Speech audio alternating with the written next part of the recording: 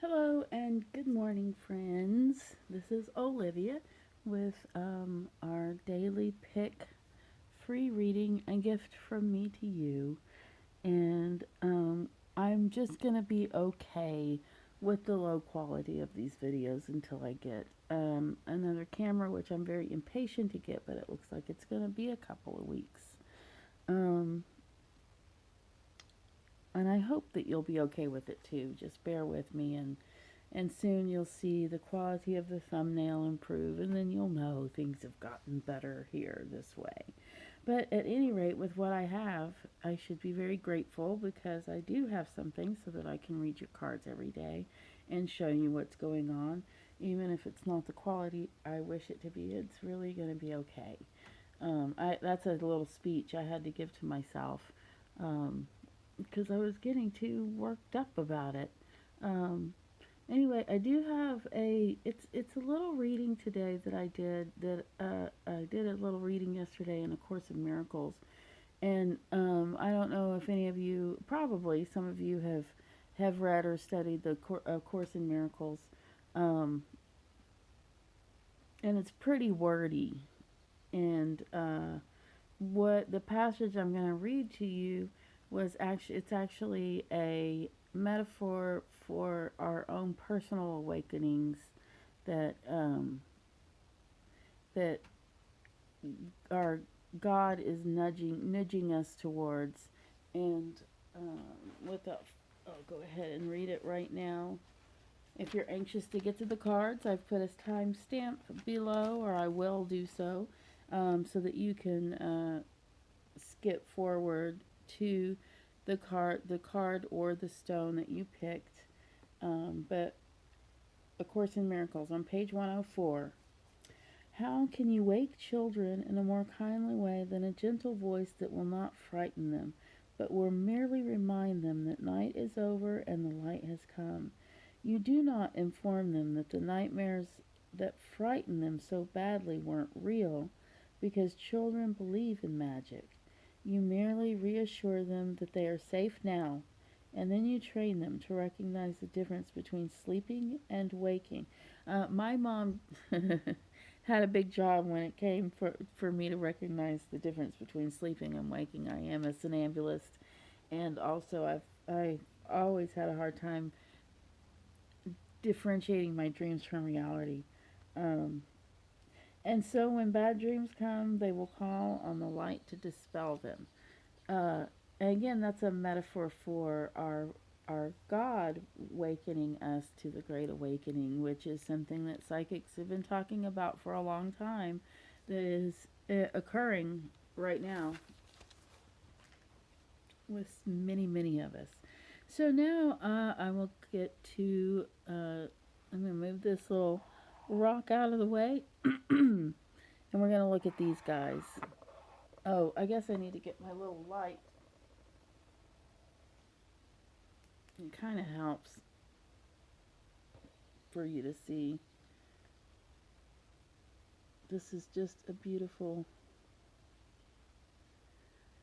Gosh, I did know the name of that. Let's just call it Green Beauty. This one I do know the name of now, and I've always known the name of it, which is silly because it's my daughter's sort of named after it. It's called Selenium, or Selenite. I think it's Selenite, not Selenium. Selenium's a something else.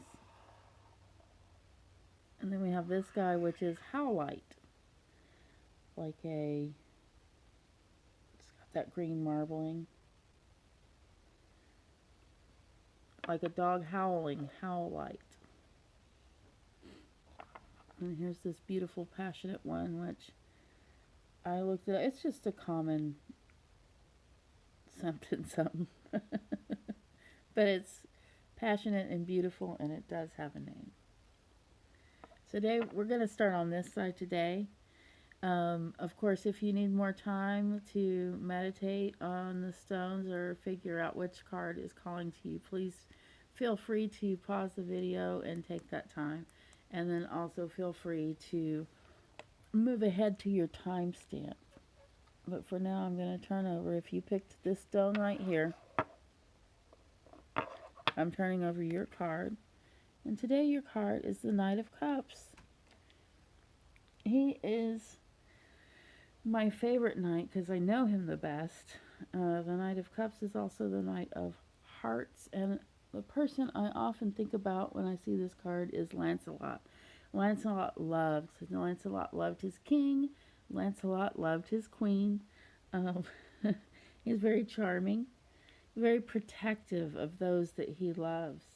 Um, doesn't like violence, very much a pacifist. I'm sure Lancelot wasn't necessarily a pacifist, but somewhat. He wasn't. He was a lover, not a fighter. Um, Oftentimes, the Knight of Cauldrons. Oh, I'll bring it closer so you can look at it. Also, with the Knight of Cups, you want to think about him being graceful and peaceful. He also has a way that he comports himself and carries himself that is chivalrous, but also good and polite. Oftentimes, he comes with a message. So when I see this card, I want to tell people to listen for a message today. It could be a message from like a real piece of paper, a letter that came from someone. It could be um, a friend that has left you a message on the phone that's meaningful, or it actually could be a message from your higher power. So listen to your still small voice. That's what we used to call it when I was a little Mormon girl. The still small voice is another way to talk about the Holy Spirit, or also AKA God's voice speaking to you. So today I want you to look out for a message, and I want you to comport yourself in a beautiful knightly manner and think about choosing pacifism over violence. Not that you would normally be violent. Don't feel bad about being protective. If you have a teenager that's yelling at you about being too protective, well, that's your job today. What's another thing we can say about these cards? Well, one reason I think about Sir Lancelot is because they do mention in some of the things that I've looked up in some of the books and stuff that this knight is a sensitive lover. Now, you picked the Selenite. Selenite is what I like to. My daughter is Selene, named for the moon. We're going to turn over your card. The close. So this card, I'll bring it up close. This card is AKA the death card. Doesn't mean you're dying today. It doesn't mean a friend of yours is dying or a pet or anything like that. It is the death card, but what it really means is an inevitable close, which could be a death. But I don't think that's what this card is talking about today. Although I wouldn't be surprised if it was. There really is no preparing yourself for today and what's going to happen today. So it's just a transition that you're going to have to make through. It's a sharp ending, but with sharp endings come great beginnings.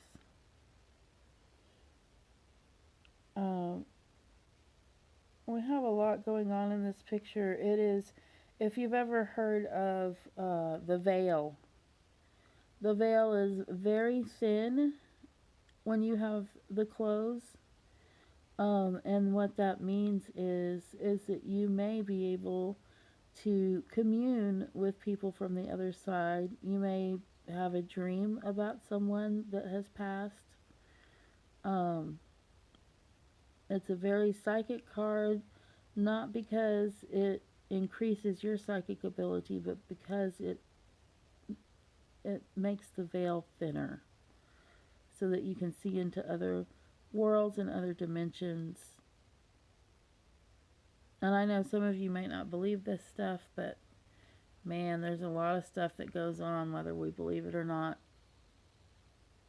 And that's your card today. I don't want you to be afraid of it because I really didn't get a feeling of actual death. I got a feeling of maybe you will talk to someone that's on the other side, but also that you will possibly have something, a transition that you are going to go through today that's very abrupt. And I guess for an example, I might mention is that you may lose your job, or you may find a job, or start a job, or you may um, say goodbye to someone that you will never see again. There's a lots of things that that card can mean that don't necessarily have to do with death. Um, in you know, as an absolute. So now, if you picked this cute little, happy little, sweet little howlite, we're going to turn your card over. And we have the Three of Swords, and I think you can see that someone is hurt back here. Oh, let me bring it up here. Someone is upset and crying. Someone is standing over the youth that is on the ground. So, unfortunately, this is a heartache card. It's a heartache, nothing but a heartache. Love until your heart breaks, and then he brings you down. I don't mean to make light of this because it is an unhappy card. So what I'm expecting for you today is to possibly have an argument or a fight with someone. You might say something you don't mean. There's not a terribly good side to this card. It really might be a delay of some kind, but I really think that what I want you to do is, if you do have an argument or a breakdown of some kind with yourself, or when the bad things happen, I just want you to remember that you always have recourse in the way that you behave and the way that you comport yourself. And you know, they say that. I'm not sure how much of that I believe, because I do believe that we can reach a point where we do things that we feel very out of control. I just want you to step back and see yourself from the outside. Take some time to do something good for yourself today, so that when this comes up, you'll be able to step back and be able to experience it and go through it to the other side. And then we'll see what tomorrow looks like. I know being in quarantine has a lot of people having an extra hard time, especially in their relationships with the people that they are quarantined with.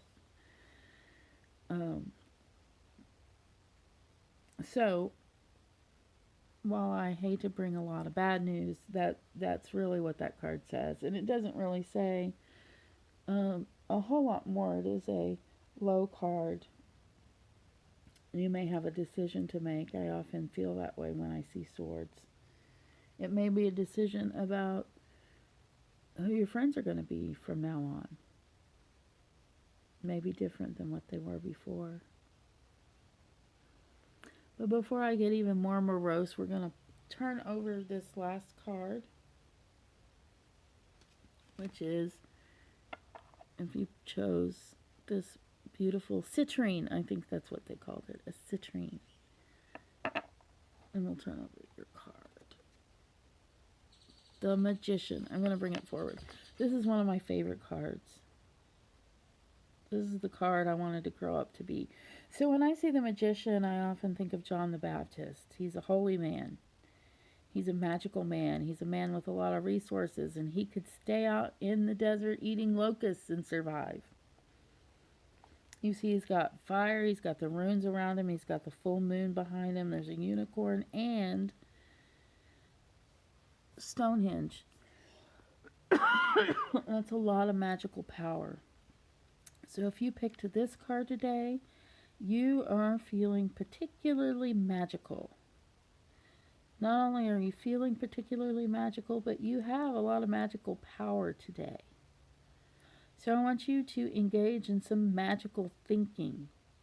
But I want you to use your higher power as well. I want you to think about any angels that you may have. We all have angels around us, whether we think about it or not. He also has the love of God, which we all have that. Make some wishes today. Think about them. Think about magical happenings and think about what possibilities are out there for someone who is this close to our higher power, this close to his connection to the universe, this close to being the magician. Not the trickster, but actual magic. He's very close to the elements, he's very close to the animals. There's a wolf which brings forth his wildness. He is a wild. Magic doesn't always work like we want it to when we call on it, but it's always very powerful. So that's what I'd like you to do. I'd like you to think of yourself as a magical being, as a being that is all of you. Of course, if y'all skipped ahead to your timestamp, then you may miss this, but really all of us, we're children of God, and it's time for us to realize that. It's time for us to claim our power. It's time for us to wake up. So welcome to the Great Awakening. Hopefully I can help with that. I hope you enjoyed this, and I will see you next time. If you like this video, subscribe. If you want to see it as soon as it posts, subscribe, and you can hit the little bell button down in I think it's in the right hand corner. If you hit the little bell button, that's notifications, and you'll get a depending on how you have your phone set up, you may get a notification when this gets posted. Of course, you'll have to wait for me to put the timestamps in, but that's the way it goes. That's the way it goes. And anyway, I hope y'all have a lovely day, and I love you very much. You take care.